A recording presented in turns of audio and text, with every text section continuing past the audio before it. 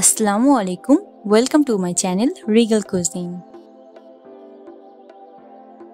আজকে আমি আপনাদের জন্য একটি টেস্টি এবং হেলদি একটি স্যান্ডউইচ করে দেখাবো, কিন্তু এটি আমি কোনো ব্রেড দিয়ে করব না, আমি এটি বান দিয়ে করব। তো চলুন মূল রেসিপিতে চলে যাই। আমাদের এখানে লাগছে 3/4 কাপ চিকেন। এখানে আমি চিকেন ছোট ছোট টুকরো করে কেটে নিয়েছি। তারপর দিয়ে নিচ্ছি ginger garlic paste 1 tablespoon, lemon juice দিয়ে দিচ্ছি 1 টেবিল স্পুন। এখানে আমি কাবাব মশলা নিয়ে নিয়েছি 1 টিস্পুন, রেড চিলি পাউডার নিয়ে নিচ্ছি 1/2 টিস্পুন, সয়া সস নিয়ে নিচ্ছি 1 টেবিল স্পুন, টমেটো সস নিয়ে নিচ্ছি 1 টেবিল স্পুন।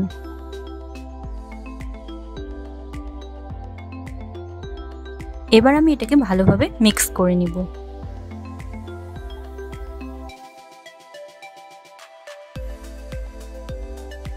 তারপর আমি লবণ নিয়ে নিচ্ছি স্বাদ মতো।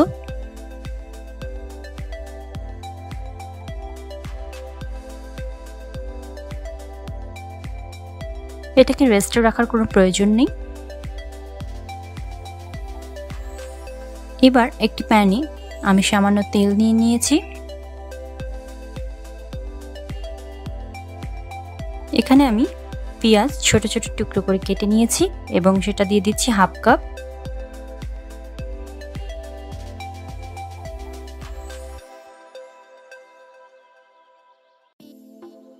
এটাকে বেশি গাঢ় বা বাদামি রং করার প্রয়োজন নেই, হালকা একটু নরম হয়ে আসলেই হবে।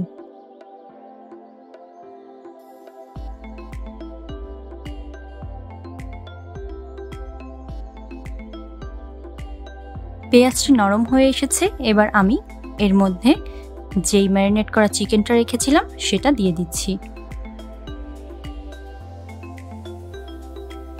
যেহেতু এটি চিকেন আবার ছোট ছোট টুকরো করে কাটা, সেহেতু এটি সিদ্ধ হতে বেশি সময় নেবে না। আমি এখানে ছোট ছোট কুচি করে রাখা আদা নিয়ে নিচ্ছি 1/2 টিস্পুন।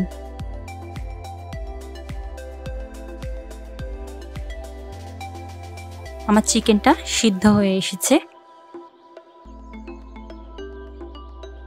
এখানে আমি গ্রেট করে রাখা পেঁপে আমি 1/2 কাপ নিয়ে নিয়েছি। এটা আমি আগের থেকেই হালকা লবণ এবং হলুদ দিয়ে 5 থেকে 7 মিনিট হালকা ভাপিয়ে নিয়েছি।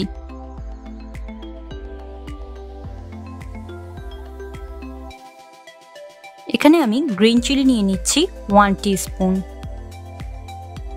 তারপর এটা আমি আরো কিছুক্ষণ রান্না করব।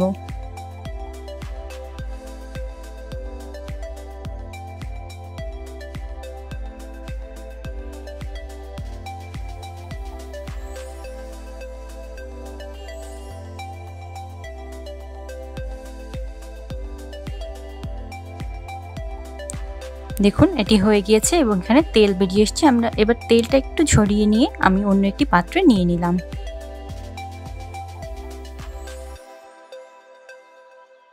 এখানে আমি বান নিয়ে নিয়েছি এবং বানের দুই পাশে বাটার ব্রাশ করে এটা একটু ছেঁকে নিয়েছিলাম।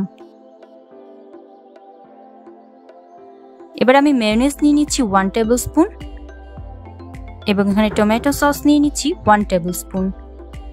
আমি একটি স্যান্ডউইচের জন্য এটা বানাচ্ছি। আমি যে ফিলিংটা তৈরি করে নিয়েছি এটার জন্য আমরা 6টা স্যান্ডউইচ করে নিতে পারবো।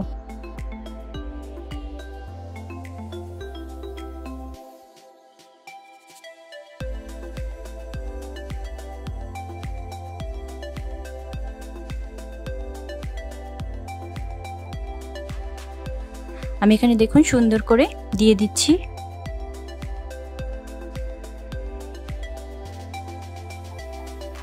এবার এর উপরে আমি একটু মেয়োনিজ সস যেটা আমি মিক্স করে রেখেছিলাম সেটা দিয়ে দিচ্ছি।